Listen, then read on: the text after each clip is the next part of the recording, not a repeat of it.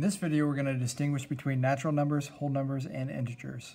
It says, which of the following is an integer? Select all correct answers. So if you look at our real number system here, we have the integers, which are negative and positive whole numbers. The difference between integers and rational numbers is that rational numbers are fractional, or they have a decimal that ends or repeats forever. So let's go through and see. We can basically rule out any fraction, and then we can also rule out any irrational number, which would be like square root of 2, basically square root of any number that's not a perfect square, or special numbers like pi and e and stuff like that. So we'll go through and we'll look at 5 over 4. That's a fraction, so that one's out. Integer, 8 would be an integer, so we can circle that one. Negative 8 is also an integer. It's a negative whole number. We're good there.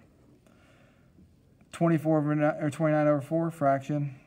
11 over 4, fraction. Negative 4, that would be an integer.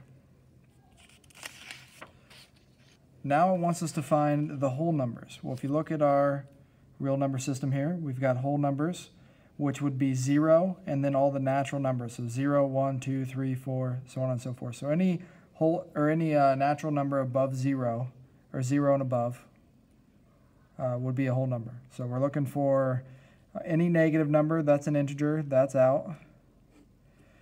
And any fraction, which would be irrational, that is out. So we end up with 0, 7, and 13 for our numbers, for our whole numbers.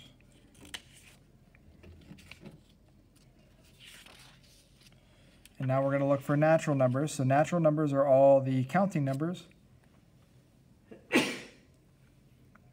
excluding 0. So we can exclude 0. That's not part of the natural numbers. But 10 is a counting number. 18 is a counting number. 15 is. Negative 2, that would be an integer, so that one's out. And then we have 3/2, which is a rational, that is out.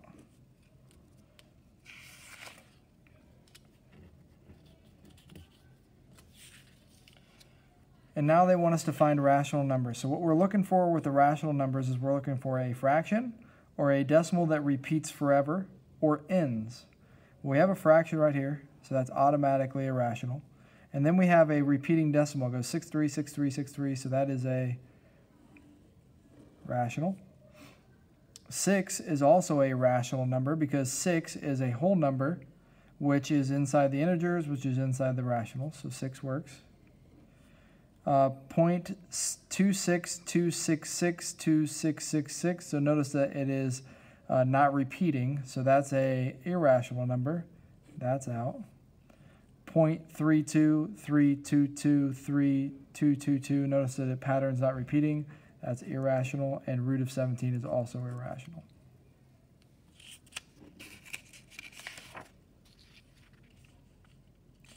Now let's find the irrational numbers. So square root of 6, because it's square root of a number that is not a perfect square, it's automatically irrational. Square root of 20, not a perfect square, automatically irrational. 4.1263 stops, so it ends, so that's a rational number, so that one's not it. 0.01010101 is also a rational number because it repeats over and over and over again, so that is out. Negative 5 is an integer, which is part of the rational numbers. That one's out. And then 0.822282228, that pattern's not repeating, so that's an irrational number.